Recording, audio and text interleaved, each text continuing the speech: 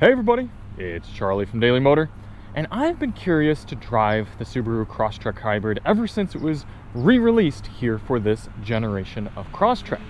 Now, you used to be able to get a plug-in hybrid Subaru Crosstrek, but now you're just getting this standard version if you pay a few $1,000s over the base 2.5 liter. But the core concept of the car is the same. Smaller size Subaru, lifted up more than an Impreza, and promising an adventurous lifestyle vehicle for those who don't need to move a lot of people or things. So the biggest rub is that the hybrid makes this cost less at the pump and smoother and more powerful to drive. Other than that, it's the Crosstrek that overall I'm quite a decent fan of. I think it looks nice. I think it's got a fairly nice to be in interior. Price is a little bit high when you sort of look at what it's offering and how much you're paying. This one about $38,000 with the limited trim and the bells and whistles and the hybrid aspect and everything. So let's dig right on in here, show you a bit around the car, and get into my pros and cons. No power liftgate, that is manual. Also kind of a high load surface given the size of vehicle. Right up here about upper thigh for me at 5'10". And also no spare tire. Bit unfortunate there. You do have an inflation kit, but when you're getting the hybrid, no spare there. So if you're doing Subaru-like activities, like going off-road or something, then you're going to have to beware of that. Interesting place to put the middle seatbelt there. I guess that frees up this area for putting the seats down. Not a ton of cargo space back here either, especially with that hybrid battery. And by cargo, I mean special like places to put things. Coming into the back seat though, let's see if this is folded. It's quite flat. And if we pull it back up, we can hop on in. Kind of a cool orange cross stitching here, and then a nice synthetic leather. Me at 5'10", 32-inch inseam, plenty of knee and foot room. Head getting tight back here. However, I can sit up comfortably, so it wouldn't be a big issue as a 5'10" person. Too much taller though, and you might not be very comfortable. Some grippy cup holders, flip down armrest. No air vents, but 2 power points, both USB-A and USB-C, and a singular seat back pocket, something that I know we have to keep an eye on here in 2026. Outboard grab handles for all 4 seats as well, like to have that. And coming into the front, we are seeing proxy key for the front doors. Again, nice seats. They've been comfortable throughout my time with the car. And classic chunky Subaruness. We're going to talk about that here in some of the pros. It's very much a Subaru interior. Big chunky shifter, chunky heated seat controls.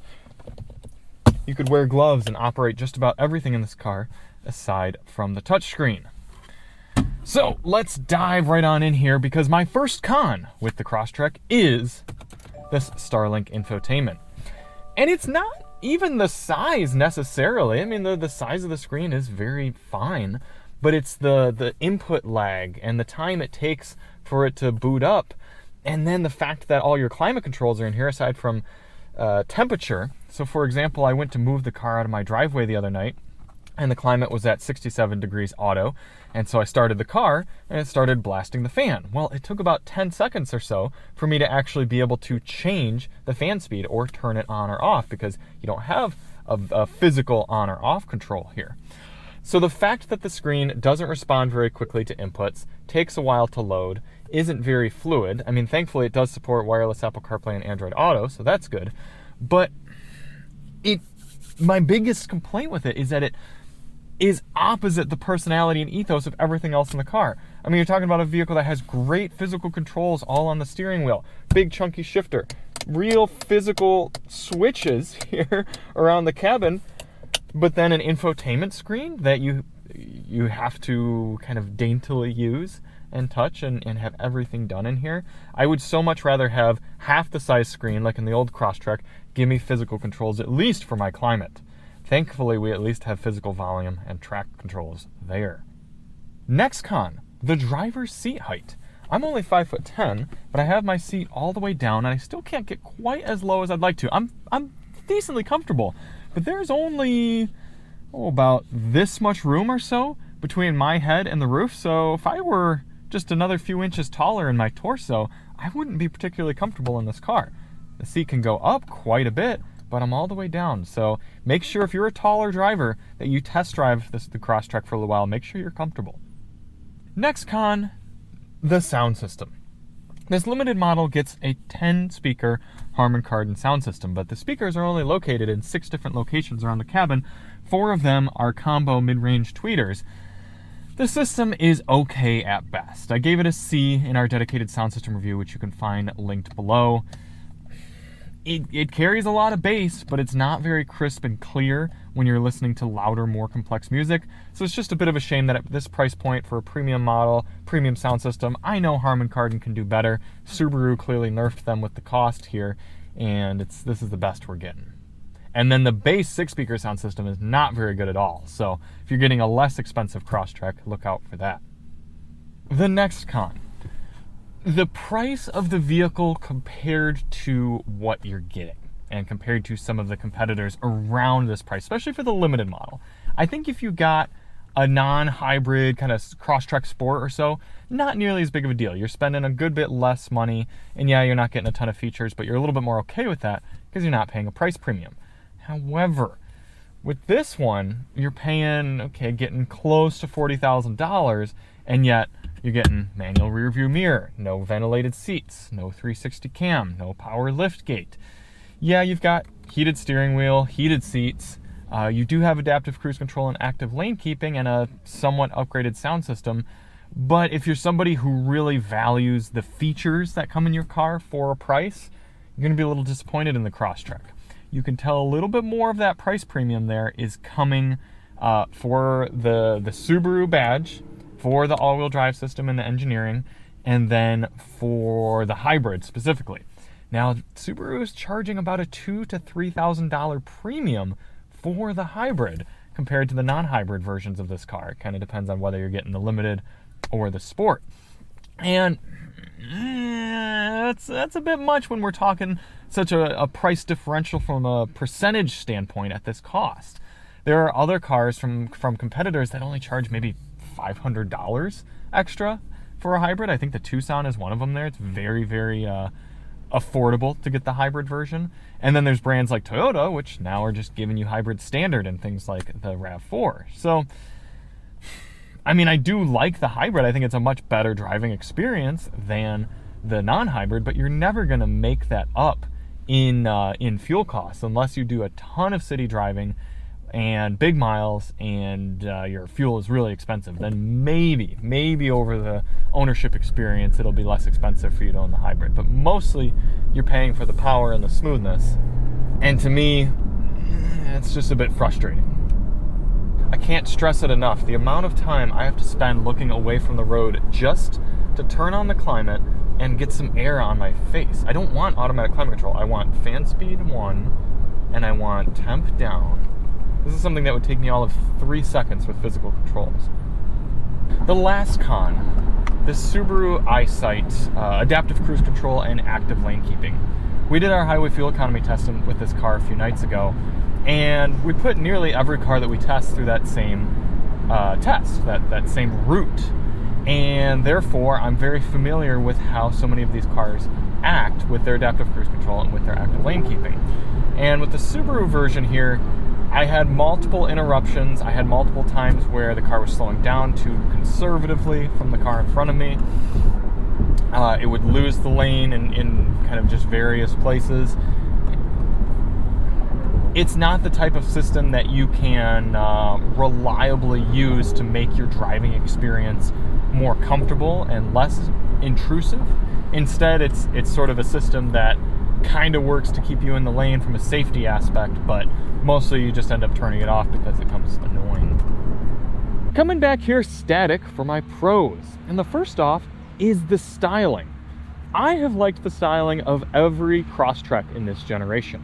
I like the basic ones, I like the sport, I like the wilderness, I like this hybrid, I like the colors that they offer it in, this fun green color, which is going to make sure that you're seen out on the road, but they've also got a nice blue, a nice darker green, nice red.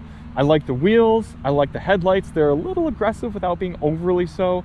The grille is a nice size, the accents match, there's no chrome on here. I mean, it's just a very nicely styled car all around. I still see Crosstreks and I go, huh, that's a sharp looking little car. The next pro, this chunky interior, like I mentioned earlier.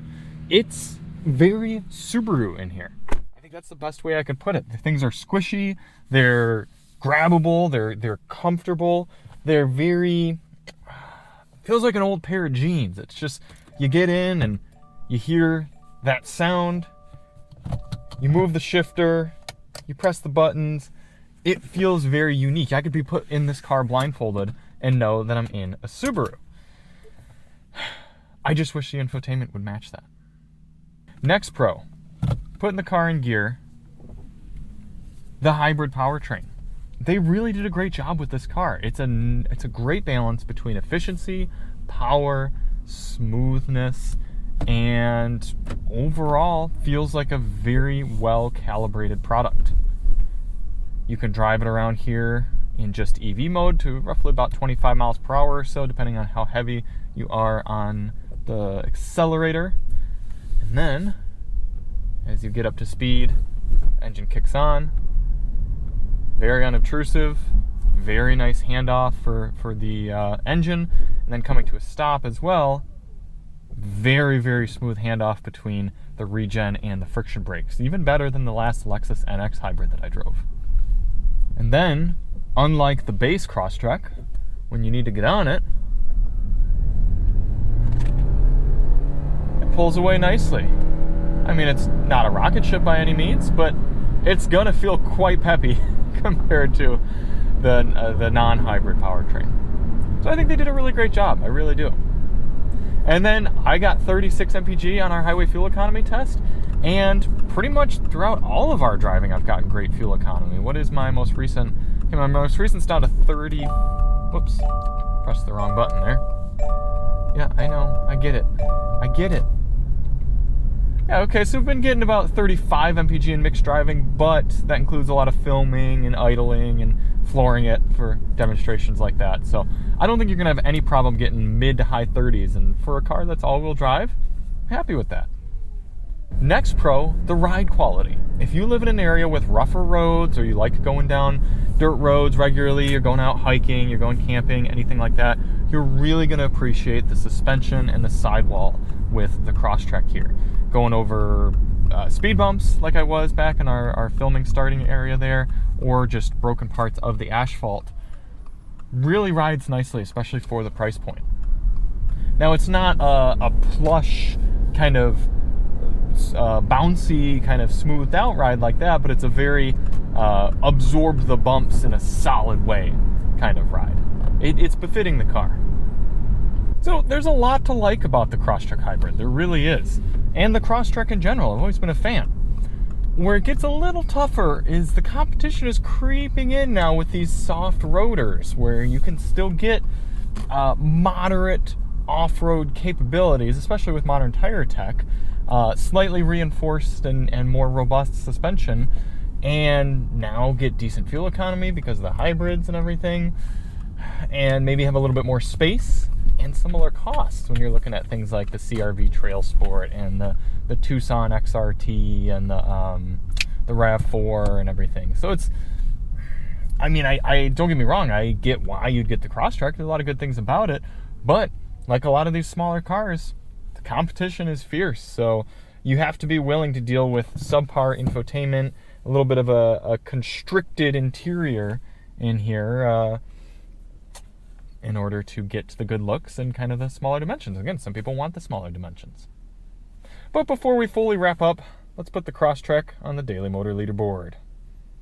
Current leader and only car on the DM Leaderboard, Nissan Sentra SR. This Crosstrek very easily jumps over that. So you'll have to tune in later on in the year to see where the Crosstrek hybrid and Crosstrek in general fully lay out. I would imagine it'll be about 15th to 20th place. It's a fine car, especially for the right sort of buyer. I like it, but again, at $38,000, I would also be considering some other options. So thank you all so much for watching. If you do want to see more on the Crosstrek, check the link below, and we'll see you on the next one. I'm Charlie from Daily Motor, and as always, drive on.